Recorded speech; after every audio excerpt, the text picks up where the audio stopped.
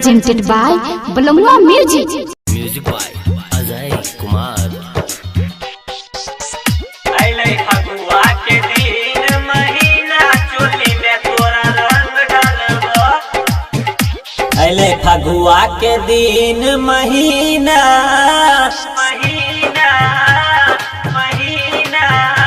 अइले फगुआ के दिन महीना चोली में तोरा रंग डालबो। अइले फगुआ के दिन महीना चोली में तोरा रंग डालबो।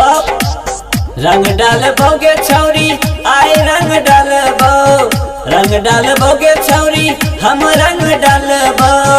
हे गे पीने छियै देसी पौआ, हे गे पीने छियै देसी पौआ चोली में तोरा रंग डालबो।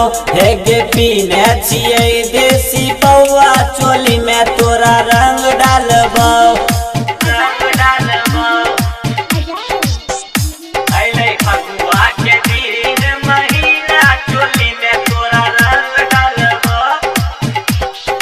डीजे के बजवाबै छै ललका रंग उड़ाबै छै, छौरा के सनकाबै छै, सबके रंग लगाबै छै हो रंग लगाबै छै हो कादू के मुरी में लेके जइबो। हमहु कुदबो तोरो संग कुदैबो। पीने छियै देसी पौआ संगे संगे महुआ हम डाल देबोगे। अइलो फगुआ के दिन महीना चोली में रंग डाल देबोगे। अइले फगुआ के दिन महीना चोली में रंग डाल देबोगे। चोली में रंग डाल देबोगे।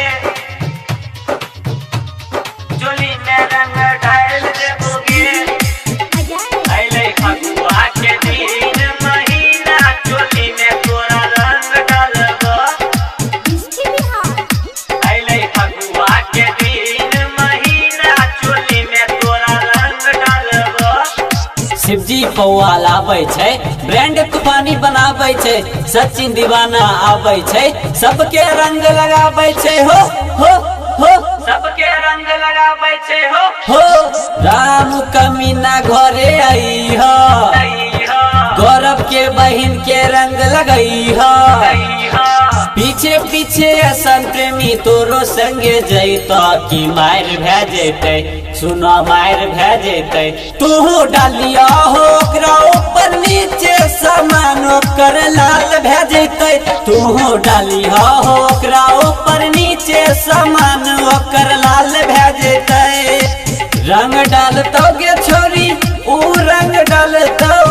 रंग डालतोगे छोरी ऊ रंग डालतो। अइले फगुआ के दिन महीना चोली में तोरा रंग डालतो। अइले फगुआ के दिन महीना चोली में तोरा रंग डालतो। अइले फगुआ के दिन महीना चोली में तोरा रंग डालतो।